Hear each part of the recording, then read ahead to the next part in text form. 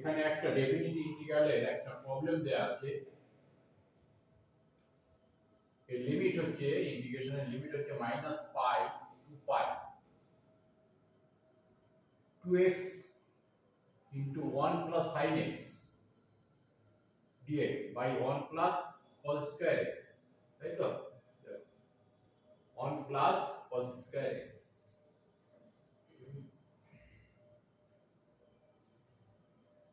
এখানে এটাকে আমি দুটো ভাগে ভাগ করে কি হবে -পাই টু পাই, মানে 2x by 1 plus cos square x, তাই তো plus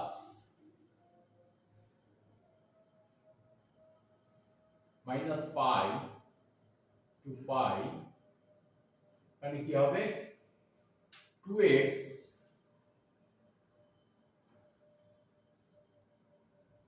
sin x by 1 plus cos square x, মানে dx, তাই তো দেখি দেখা যাচ্ছে কিনা। বাবা হবে না নিচে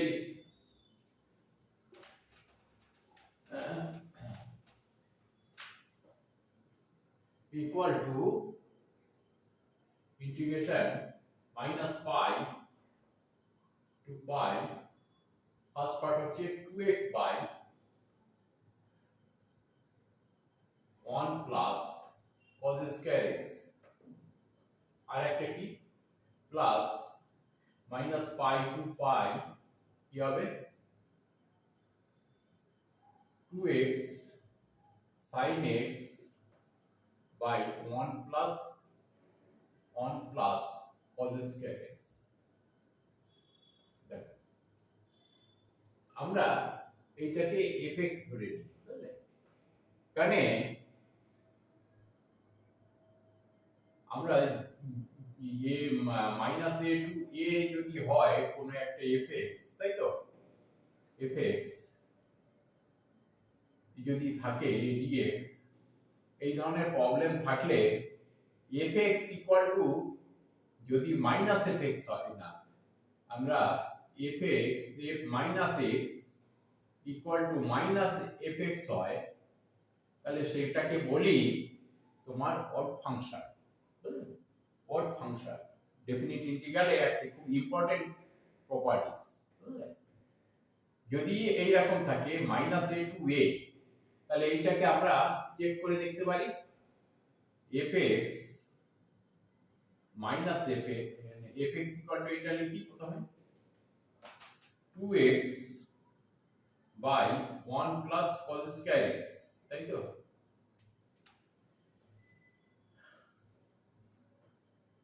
ইকুয়াল টু হলো, তাহলে f -x লিখি, -x যদি লিখি তাহলে তোমার 2 মাইনাস এখানে -x মানে 2x by 1 plus cos square x, মানে একই থাকবে, তাই তো কারণ হোল স্কয়ার আছে, ঠিক আছে? আর এমনি তোমার cos এর a হলে মাইনাস a হলে প্লাস হয়, বুঝলে? cos -x মানে ওটা cos x, বুঝলে? তাহলে এখানে কি থাকলে 1 plus cos square x, তাই তো ইকুয়াল টু কি হয় ওই একই আছে, এই fx ই হয়, তাই না মাইনাস fx, তাই তো তাহলে এখানে কি হবে অড ফাংশন, তাহলে এটা হবে অড ফাংশন, তাই তো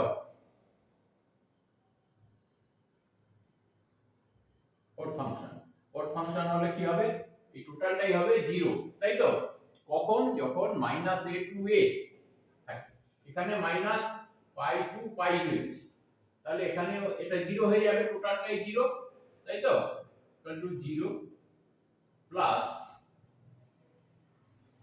পাই টু পাই, এখানে একটা কাজ করি টুটা বাইরে নিয়ে আসি, তাই তো x into sin x by 1 plus cos square x, ঠিক আছে, এটা কিন্তু জিরো হচ্ছে, ওর ফাংশন মানে জিরো হয়ে যাবে, কোনো থাকবে ভ্যালিডিটি থাকবে না। ঠিক আছে, আর এটা কি হলো ইভেন ফাংশন, ইভেন ফাংশন কিন্তু থেকে যাবে। হ্যাঁ, ইভেন ফাংশন, এইবারে তুমি ইভেন ফাংশন ধরে তুমি এগোতে হবে। এটা তাহলে ওড ফাংশন হলো, ওটা ইভেন ফাংশন। তাহলে এখানে কি হবে 2 ইনটু, আমি এইটাকে লিখতে পারি,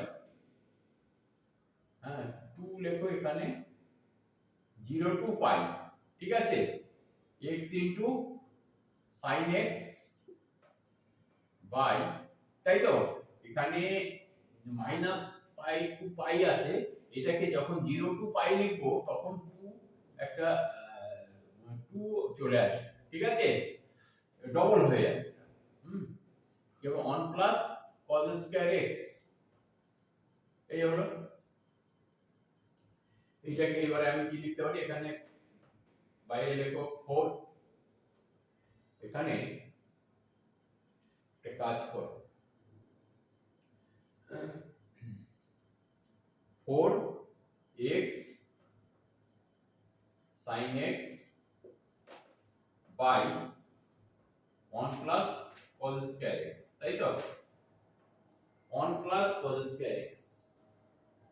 এইবারে আমি এইটাকে, এখানে কি 0 টু পাই কিন্তু, হ্যাঁ এইটাকে আমি ধরতে পারি i ধরে লিখতে পারি, বুঝলে, নিচে লিখলে আর দেখা যাবে তো, অনেক জায়গা আছে। Late integration 0 to pi x into sin x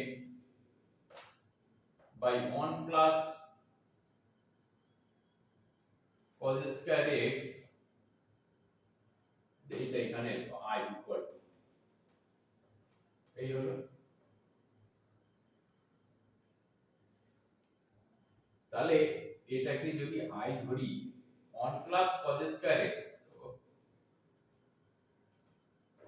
1 plus cos square x, তাই তো এটা ধরলাম, তাহলে এইটা কত হয়ে যায়, ইকুয়াল টু 4i হয়ে যায়, 4i, বুঝলে, ইকুয়াল টু 4i।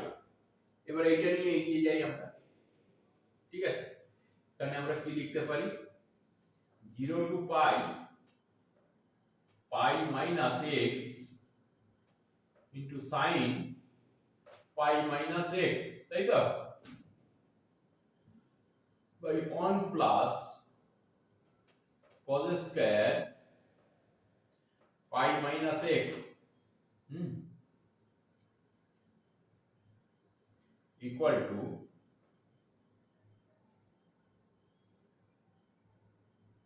এবারে লেখো 0 টু পাই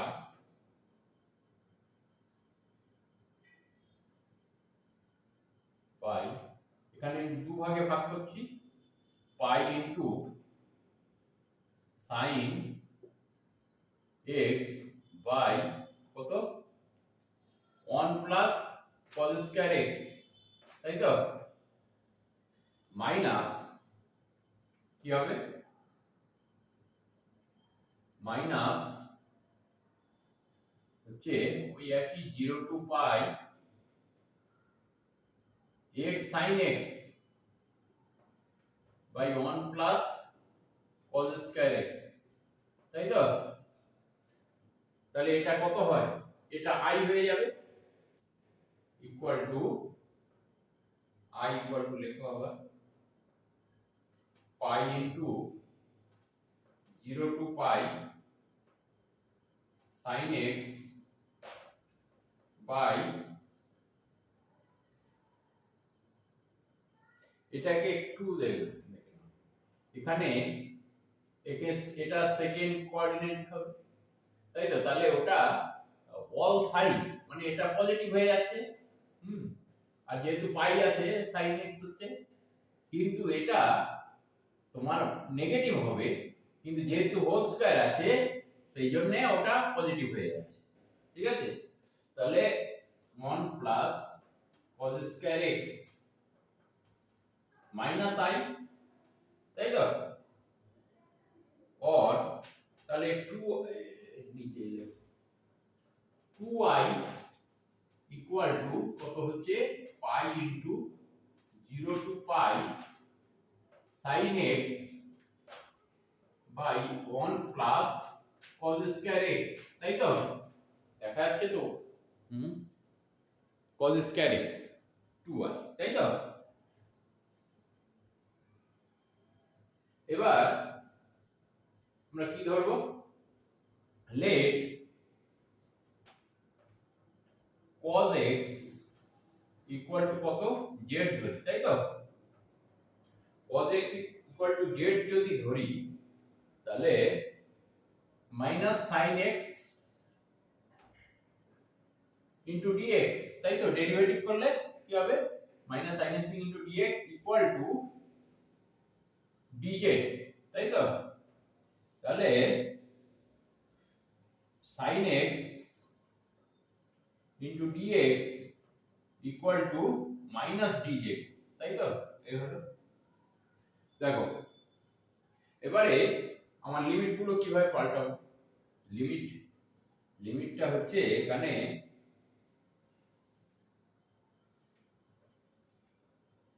আমরা কি ধরেছি? লিমিটটা 0। লিমিটটা যখন 0 ধরবো, x ইকুয়াল টু যখন 0 হবে, z ইকুয়াল টু কত? x equal to 0, z equal to 1, তাই তো? আর যখন পাই ধরবো, এটা এখানে কত হবে? -1 কি হয় এখানে? এখানে cos পাই ইকুয়াল টু -1, ঠিক আছে? এই -1, তাহলে এখানে এটা কি হবে? পাই ইনটু লিমিট 1 টু -1, তাই তো? এখানে sin x dx মানে মাইনাস dz বাই কত? 1 প্লাস z স্কয়ার, তাই তো? z square.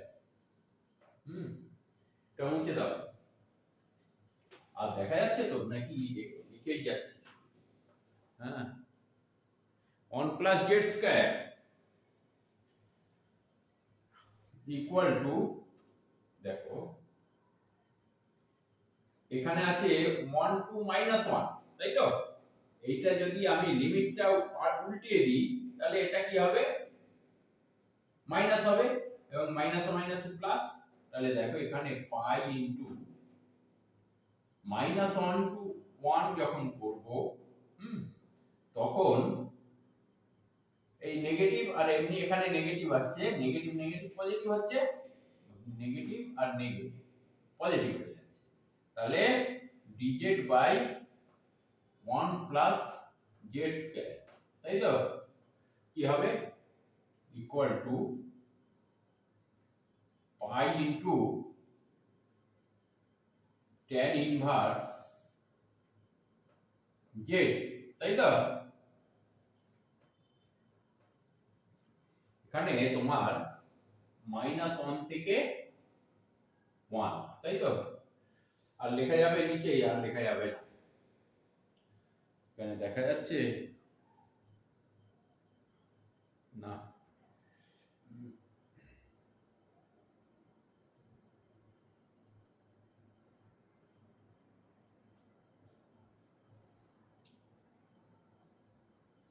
এইবারে কি করব? এখানেই লিখব পাই ইনটু কি হবে? এখানে ব্র্যাকেটের ভিতরে tan ইনভার্স 1 মানে pi by 4 minus tan inverse -1 মানে মাইনাস পাই বাই 4, তাই তো?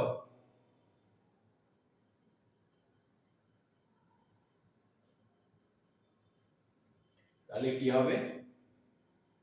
পজিটিভ হয়ে যাবে। আর লিখলে দেখা যাবে মনে হচ্ছে। ইকুয়াল টু পাই বাই 4 যোগ করলে কি হবে? পাই ইনটু পাই বাই 2, তাই তো? পাই বাই 4 যোগ করলে পাই বাই 2 মানে পাই স্কয়ার বাই 2, তাই তো? এইটাই অ্যান্সার হবে। অ্যান্সার এখনো আসেনি আমাদের। 2i ইকুয়াল টু এইটা, তাই তো? মোছো এবার করি।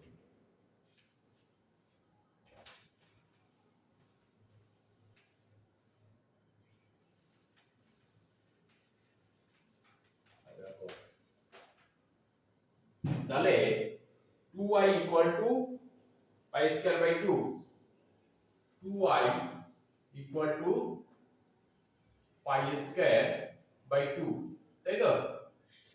আমাদের কিন্তু একটা জিনিস হয়ে আছে এখানে, 4i বের করতে হবে আমাদের, ঠিক আছে? 4i, দেখো 4i, তাহলে 4i টা কত হবে? 2 ইনটু 2i ইকুয়াল টু, এখানে হচ্ছে পাই স্কয়ার বাই 2 ইনটু 2 মানে 4i equal to 4i equal to into 2i, তাই তো? ইকুয়াল টু কত হচ্ছে? 2 2 কেটে গেল, ইকুয়াল টু পাই স্কয়ার পড়ে থাকলো। এইটাই হচ্ছে অ্যানসার, ঠিক আছে? দেখো 2i equal to pi square by 2, আমাদের চেয়েছে তো এই 4i, তাই তো? আমাদের 4i চেয়েছে, তাহলে 4i equal to 2 into 2i equal two, এই তোমার গুণ করলে 2 কাটাকুটি হয়ে তোমার থাকবে পাই স্কয়ার। এইটাই হচ্ছে অ্যানসার। এটা করালাম কেন?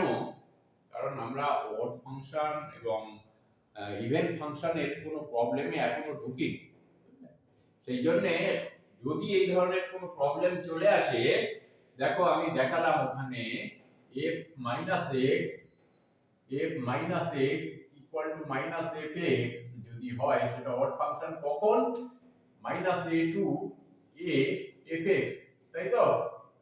এটা কিন্তু খুব ইম্পর্টেন্ট। তখন এটা তোমার যদি এইটা স্যাটিসফাই করে, তাহলে এখানে ইকুয়াল টু 0 হবে, বুঝলে? এই জন্য আমি করালাম এটা। কারণ এই ধরনের প্রবলেম যদি চলে আসে হঠাৎ করে, সেই জন্য এই ধরনের কোনো থাকলে, এই মাইনাস থেকে ওই পজিটিভ, নেগেটিভ থেকে পজিটিভ থাকলে প্রথমে চেকটা করে নেবে এটা তোমার অড ফাংশন হচ্ছে না ইভেন ফাংশন হচ্ছে। অড ফাংশন হওয়া মানেই তোমার 0 হয়ে যাবে, বুঝলে? একদম ছোট এতে অ্যানসার হয়ে যাবে, ঠিক আছে? আর যদি তোমাদের এটা ভালো লেগে থাকে, ভিডিওটা ভালো লেগে থাকে, তাহলে অবশ্যই তোমরা সাবস্ক্রাইব করবে, লাইক করবে এবং শেয়ার করবে, যাতে পরবর্তী ভিডিওগুলো তোমরা পরপর দেখতে পাও। Thank you.